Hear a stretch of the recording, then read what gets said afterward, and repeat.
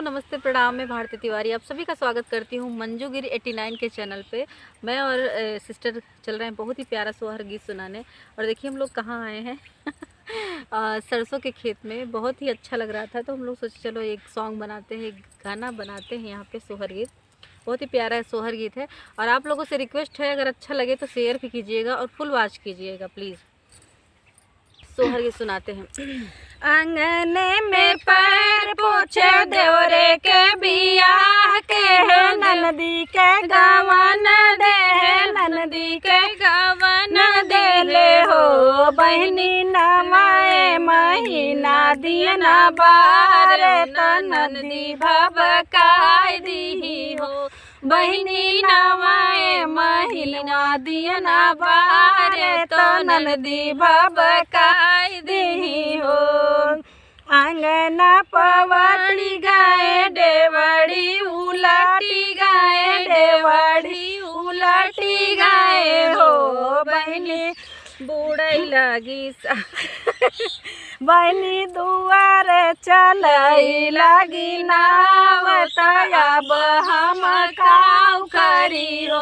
बहनी दुआर चलई लगी नावत, अब हम काऊ करी हो। बहनी आंगने में सासू बूढ़ई डेवड़ी पे ननदी बूढ़ई, डेवड़ी पे ननदी बूढ़ई हो।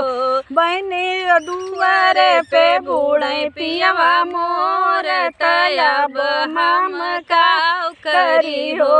बहनी दुआरे पे बूढ़ई पियवा मोर, तब हम काऊ करी हो। धोती लुगा बांध ले और लंगिया ले और लंगिया ले हो। बहनी कूद पड़े बीच मज धरवा, अब हम काऊ करी हो। बहनी कूदी पड़े बीच मज धरवा, अब हम काऊ करी हो।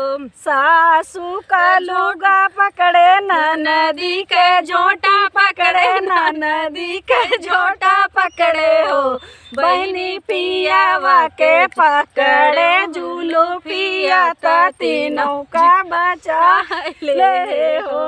बहनी पियावा के पकड़े झूलो पिया तीनों जाने बची गए हो। तो सोहर गीत कैसा लगा कमेंट में ज़रूर बताइएगा। छोटा ही था और अगर अच्छा लगे तो शेयर कीजिएगा प्लीज़, आप सभी से रिक्वेस्ट है। आप सभी लोग फुल वॉच कीजिएगा।